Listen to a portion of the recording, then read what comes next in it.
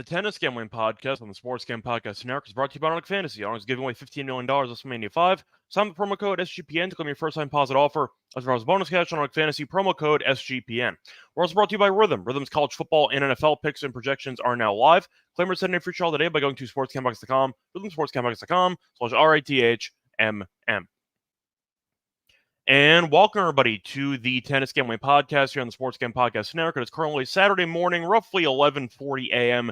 Eastern Time on August 3rd. I'm Rosso, Scott Reichel, once again going solo for this pod. Should be a fun episode because it is time to get into the semifinals in Washington. So we're going to preview the two matchups taking place on Saturday night. First matchup will be Caboli and Shelton. The other one will be between Korda and Tiafoe. So we're going to preview both of those. Before we get into any of that, though, I want to take care of some housekeeping. I want to remind you once again to like, subscribe on YouTube.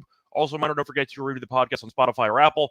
No matter how you consume the podcast, whether you are on YouTube or still listening to it, audio only, you still can show support by leaving a rating and a review or just by liking and subscribing. And once again, we do have the live streams on YouTube. So if you do want to catch the show even quicker than Spotify and Apple, then recommend checking out YouTube because you can see it first on there. Spotify and Apple, I do the editing for, if you didn't realize. So point is you can get it a little bit earlier if you do listen to it on YouTube instead.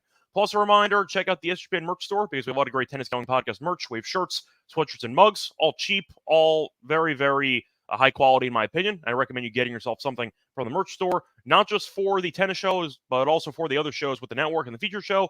For the week's actually the Sports Gambling Podcast, which just launched their 32 NFL team previews. And as a bonus, each team preview will include a code word. Submit the 32 code word phrase, and you could be the lucky winner who gets a $500 NFL Circa Future bet. A reminder, subscribe for you to get your podcast, and a reminder to also download the SGPN app. Time to start off with the recap of what happened in the quarterfinal matches on Friday. A lot of drama and a lot of kind of weird circumstances that happened in the matches. Starting off, though, with the lock and dog. Overall, decent episode. Nothing amazing. I believe the leans actually weren't that great, but we did end up getting the lock. We took the over in the head case Super Bowl between Rublev and Tiafoe. That got there at 22.5 at -128. If you got 23.5, it's unfortunate because the match ended up landing 23. Probably should have went to 3 sets. Rublev was up a break early. I think he was up 4-1 in the second set. Then he choked it, but he ended up forcing a breaker, and you ended up seeing Tiafoe win the tie break. So nice win there by Tiafoe. Got the job done. Thought the odds were definitely off, and Rublev closed at like -220, which I really didn't agree with. I thought Rublev was still too big of a favorite, but point is I did lean to Rublev to win 3, but I did think the price was way off, and it was, as Tiafoe won in straight sets. But we did have the over, and the over got there because Rublev ended up choking away a lead in the second, and he ended up still holding on to win 6 games in the second set, which was enough that we needed in order to get the job done. So Tiafoe won in straight sets, but the over still got there. So nice win there for the lock. As for the dog, not even close. We had Thompson money line at +170. Mostly based on the odds, we dared Korda to actually look sharp after probably deserving to lose to Kokkinakis in the previous round. And if you actually rewatch those match points, Kokkinakis blew. Damn, those were some embarrassing unforced errors on those 2 points. But the point is, Korda looked great, and he buried Thompson. So I guess +170 actually was the right price because Korda killed him. So a bit of a shock there. Thought Thompson would hang in there. That did not happen as Korda won comfortably. Point is, though, ended up splitting the lock and dog picks for a pretty average episode. Either way, though, to recap what happened in the quarters, you had a pretty fun start to the day as Caboli ended up outlasting Mickelson in 3 sets with a final set tiebreak. Fun match there. Caboli's been solid, and he got the job done as he was able to do just enough and to display just enough firepower to get the job done against Mickelson. So good for him. As for the main drama on the card on Friday, Shapo wanted, I guess, an early start on the head case Super Bowl Part 2 because he got defaulted in the match against Shelton. He lost the first set 7-6, and he was in a second set tiebreak, and he was also down, I believe it was triple match point in that one, as Shelton was up 6-3 in the final set. I will point out, by the way, Shapo did have a set point in the final game. In the 5-6 game, he had a break point for a shot to win the set.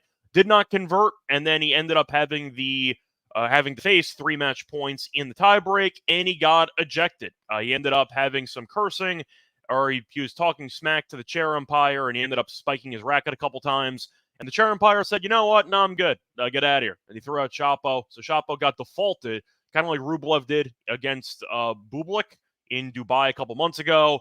Didn't threaten a line judge, though. He ended up just, I guess, cursing out the chair umpire, but it really didn't look that bad.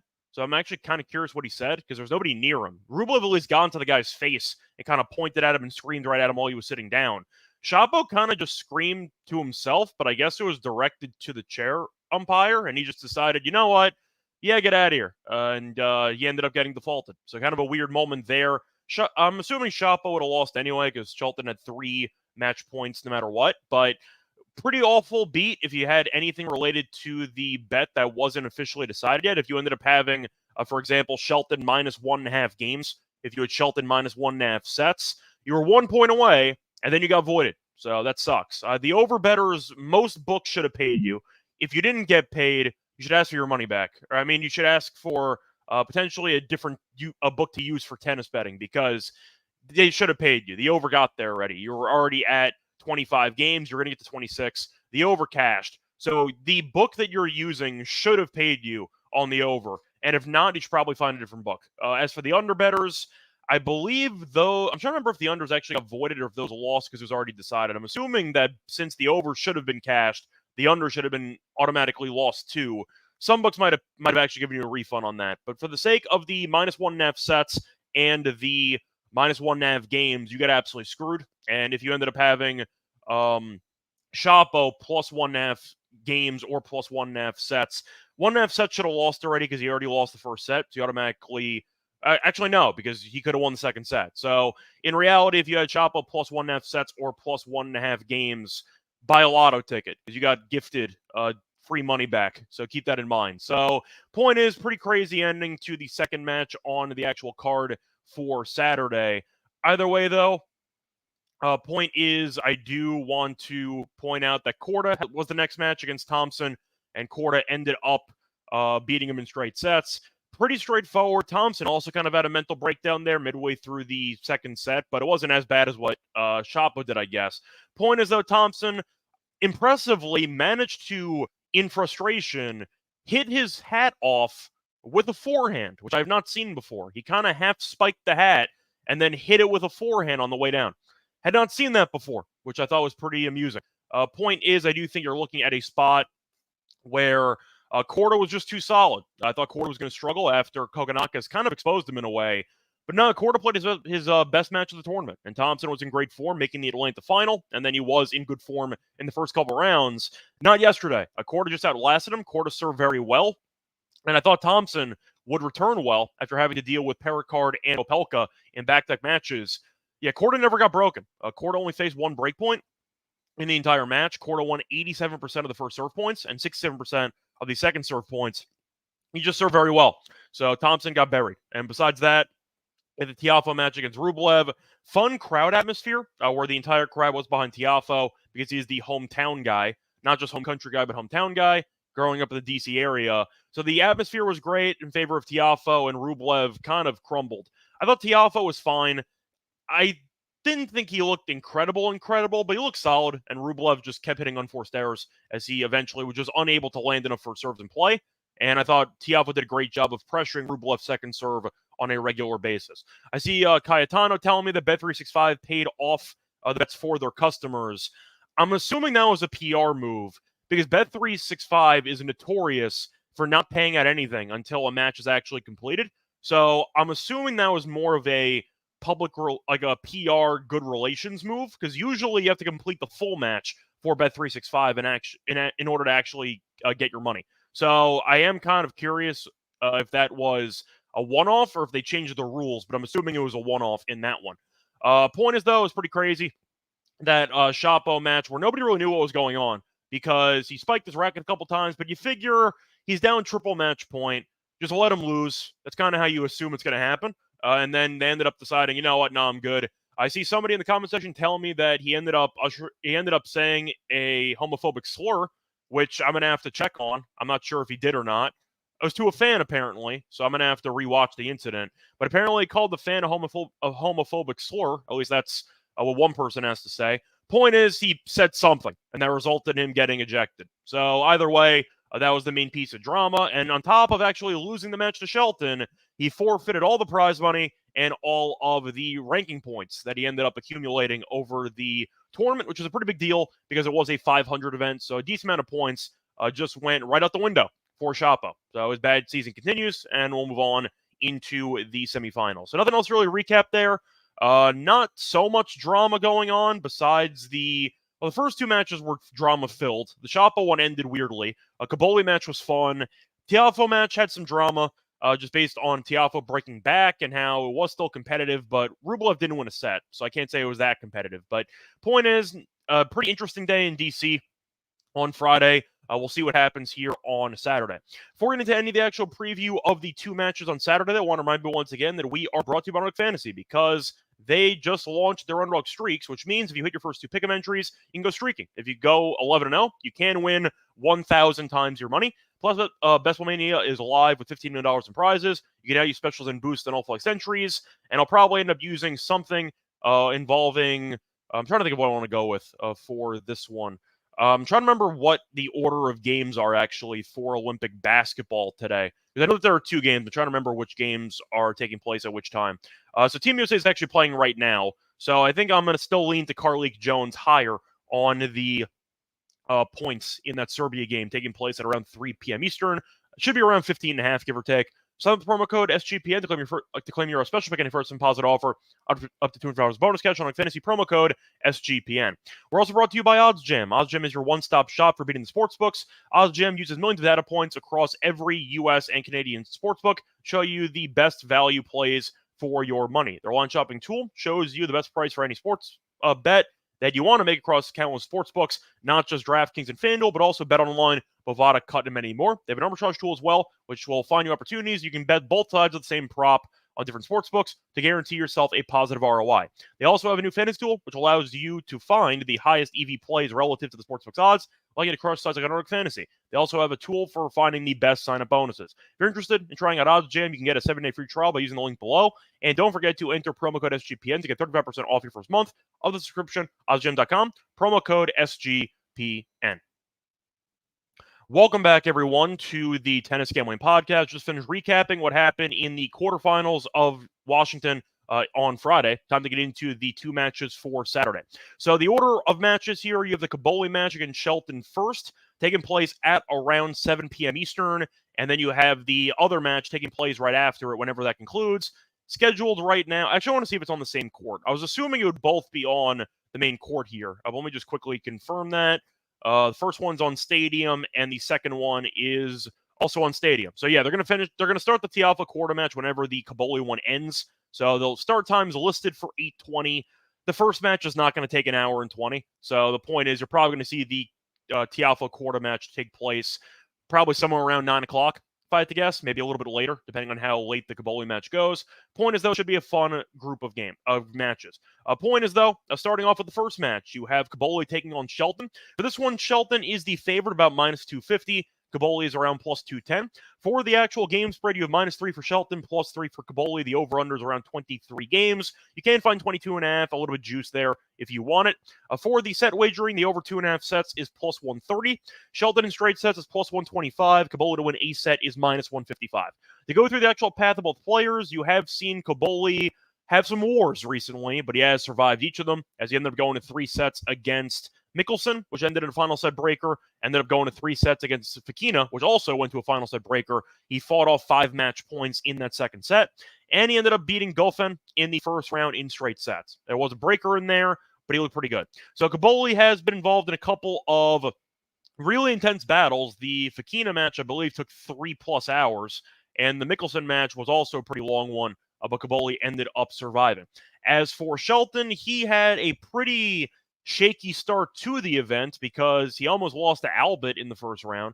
I feel like almost lost actually might be a bit harsh because it went to 3 sets, but he was up a break immediately in the third set. So the third set was really never in doubt, but the point is he did lose a set to Albert, which is probably not a good sign.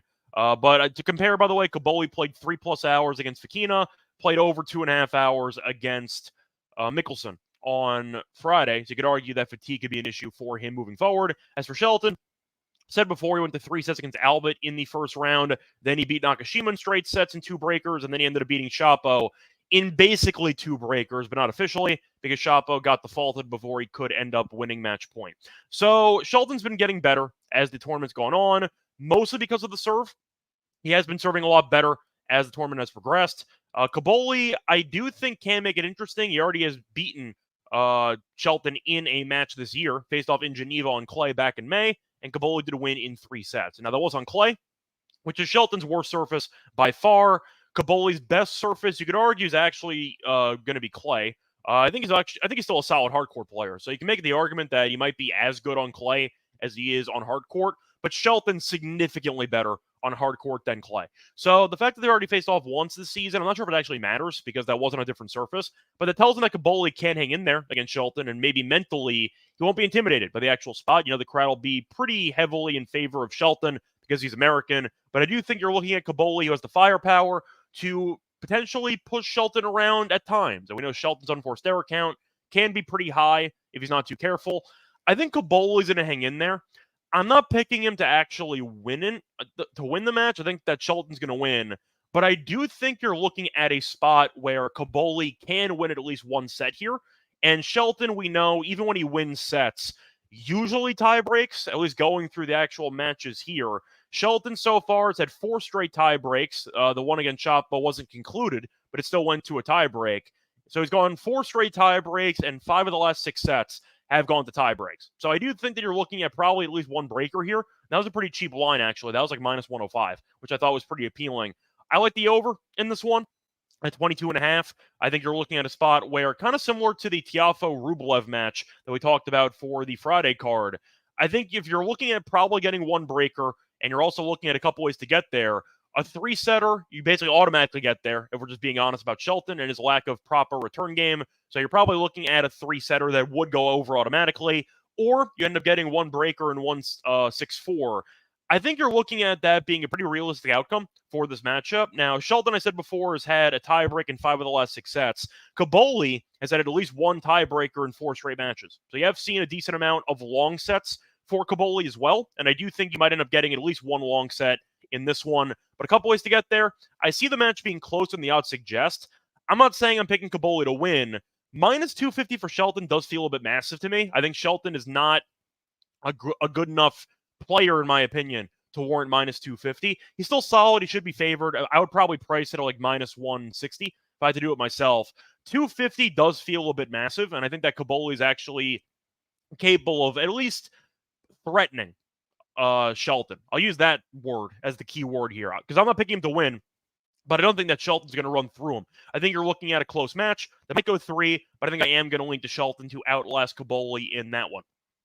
Moving on to the next matchup, you have, I guess, the main event, because the home crowd only cares about the Tiafoe match. You have Korda taking on Tiafoe. For this one, I'm actually surprised with the odds here, because watching Korda play against Thompson, I assumed he was going to be, at least I would have put him as a favorite against Tiafoe. However, based on the crowd reaction and based on Tiafoe beating the quotes around it 1 seed in Rublev, who's been in really bad form for months, I thought the odds makers would potentially overreact to it, and I thought the odds makers would make Tiafoe a favorite in this matchup against Korda. I was hoping that was the case. I was going to lean to Korda. Unfortunately, the odds makers will put Korda as a minus 155 favorite, and Tiafoe's a plus 135. So I was kind of hoping that the odds makers would be misled by the crowd and how that Rublev match ended, and Korda would kind of be an underrated dog for this matchup. But the odds maker saw through it and ended up putting Tiafoe at a pretty decent plus money price, a lot higher than I thought it was going to be. I thought if Korda was going to be favored, he'd be like minus 120. 155 looks massive as an actual money line price. Now, Korda in the head-to-head has been kind of a mixed bag against Tiafoe. Tiafoe's up 3-2 in the head-to-head, but Korda has won the last 2 meetings. Now, they faced off one time last year on grass. Korda won in straight sets of the breaker. Faced off in Cincinnati last year, 2 years ago, in 2022, and Korda did win in 3 sets. Common theme here, by the way, their meetings date back to 2018. 3 of the 5 meetings did not end in straight sets. So you might end up getting a bit of a marathon here. Korda, I thought, looked like the better player watching both matches on Friday, even though Korda beat a weaker opponent against Thompson, while Tiafoe on paper beat a better opponent in Rublev. Thompson, though, was in great form, and Korda killed him in that one. So I was shocked by the odds here. I figured with the hometown advantage, I thought Tiafoe would be a potential favorite in this matchup. And the odds maker said absolutely not. Korda's been better than Tiafoe. And I agree, just based on the eye test. So the issue is trying to find value. Because I was leaning to Korda before I knew what the odds were. And now that I know what the odds are, I really don't like the actual price for Korda. I'll mention the games, by the way. The games are at -2 for Korda, +2 for Tiafoe. The over-under is around 23.5, give or take. If you're looking at the actual set wagering, the over 2.5 sets is around like +120. And for the set spread here, Korda in straight sets is +170, and Tiafoe in straight sets is +325. So I do think if I had to pick, Korda's going to win. I think Korda's been, in my opinion, better, at least based on the eye test, for these two players. Now, the counterpoint would be if 155 is an accurate line. That I really don't agree with. I think the line should be closer. So I think Tiafoe's been disrespected, not to the same degree that Rublev was favored. Rublev was like -220, which I thought was absolutely crazy. I think Korda should be like -120. This match seems very competitive. I think it's going to probably go 3 sets, but because of that, I really don't see much value on the 155. So if I think Korda's going to win, but I think he's also too big of a favorite, I'm kind of caught in no man's land here. I'm going to go with the total instead. I'm going to lean to the over in this one. I think when you're looking at the head-to-head matchups with 3 of the 5 going to a deciding set, and when you're looking at how Tiafoe has been dropping sets pretty frequently so far in the last couple of weeks, with the exception of the Rublev match on Friday. Korda, though, even though he looked great for 2 of the 3 matches here, he still almost lost to Kokkinakis, and Tiafoe has been able to use the momentum of the crowd to give him a little bit of a boost there at various points. But I still want to point out that Tiafoe's played in this event for many, many years because it is basically in his hometown. He's never made the final. So people are going to go around telling you that Tiafoe is unbeatable in this event, or the fact that with the environment supporting Tiafoe so heavily, how do you beat this guy? And my response is Tiafoe usually beats himself, and Tiafoe has never made the final here. So he is a bit overrated in his career in the City Open because he has never won a title, let alone made a final here. So we'll see if he can finally end that streak, and he'll be able to actually make a final by winning this matchup. I'm going to go with the over. I called the Rublev-Tiafoe match the head case Super Bowl. I got to think of what to call this one because Korda is one of my head cases that I also have mentioned on the show for several years at this point. It's not Rublev bad at this point, so I got to actually think of what I'm going to call it. I don't want to call it the head case bronze medal game. But you know where I'm going with it? I guess if I had to call it anything, I'm going to call it I'm trying to think. I know what I'm going to call it. I'm going to call it the head case Money in the Bank match. Because Korda saw Tiafoe win, now he's trying to cash in his briefcase. So I'm going to go with the head case Money in the Bank match. That's what we're going to call it. And Korda is now trying to win the title from Tiafoe. Point is, I think for the sake of this matchup, I am going to go with the over. I just think I'm going to follow the same script that I had for the Rublev match. Competitive, even if it does end in straight sets. Unfortunately, unlike the Rublev match, the total is at 23.5 instead of 22.5. So a 7-6-6-4, you do lose. But I do think a 3-setter is definitely a possibility in this matchup, and I do think with that being the case, the over has to be my consideration for this matchup. Besides that, though, for value, once again, I think I have to link to Tiafoe, but if you're asking me who I think's going to win and which final I think we're going to get, I personally think it's going to be Shelton versus Korda. If I had to guess, I do think the chalk will be winning on Saturday, but I don't agree with the odds, so I can't take it. Either way, though, that's going to wrap it up for the actual preview of the 2 matches in Washington for Saturday. Time for the lock and dog picks. Before we get into the actual lock and dog, I want to remind you once again that we are brought to you by Rhythm, because Rhythm has a lot of great options for you for football season, because college football and NFL models are now live on Rhythm. Create your own winning betting model or let Rhythm do the heavy lifting. You decide what stats matter to you the most, and Rhythm can build you a custom model around it, or just let Rhythm and its predictive model do the heavy lifting. Rhythm also uses AI projections from the MIT data scientists. Rhythm has you covered for NFL Week 1 and college football Week 0. Claim your 7-day free trial today by going to sportscampus.com, rhythmsportscampus.com, RETHMM. We're also brought to you by Circus Survivor and Circuit Millions. Circus Sports is back with Circus Survivor and Circuit Millions, giving away $16 million guaranteed prizes. And if you don't have a trip booked yet for Las Vegas for football, Ultimate Contest Weekend's a great time to go. Hang out with Ryan and Sean and enjoy some of the performances of the World Best Sportsbook from August 22nd through the 24th. Use promo code SGP15 to give you 15% off your hotel room for sign-up weekend. A reminder, sign up in person at Circus Sports between now and September 7th and use a proxy play from anywhere. We also have a deal with a proxy. Go to proxy.footballcontest.com. It's proxy.footballcontest.com. Save you $50 with the promo code SGP. Welcome back, everyone, to the Tennis Gambling Podcast. Just finished previewing the two semifinal matchups in Washington for Saturday. Time for the lock and dog picks. For the lock, I am going to go with Caboli and Shelton. I am going to go with the over 22.5 games here at minus 125. Pretty similar to the breakdown I had for the Rublev matchup. I think a tiebreaker in this match is realistic, but you don't need it in order to get the over. A couple ways to get there. 3 of Caboli's last 4 matches, though, have gone over this number. The one exception was the Goffin match, which did have a breaker in it, but it did end up landing 22. So Caboli's had a decent amount of marathons recently with breakers as well, and Shelton has gone to a tiebreak in 4 straight sets. So you can get there in straight sets, and if you are expecting at least one breaker, you are in good shape. But as I said before, you don't need a breaker in order to get the over because you can, in theory, get a 3-setter. And they faced off on clay in May, and the match did go to 3 sets, and you ended up seeing the first 2 sets of that match total 23 anyway. So without the third set, the match still would have gone over on clay. Different service, but I am going to mention that. So the first 2 sets did enough to go over anyway before the third set was just the cherry on top. But I think based on the head-to-head matchup earlier this year, different surface and all, but still, and based on the recent form of both players, I'm not expecting many quick sets here. I think 1 breaker is pretty realistic. You might end up getting 2, which has been the Shelton calling card for this event. But I think for the sake of the actual matchup, I think Caboli's firepower with the forehand side can make Shelton uncomfortable in the rallies, and I do think that Shelton's serve is going to be pretty tough to break. But as a result, I am going to go with the over as my lock at 22.5 at minus 125.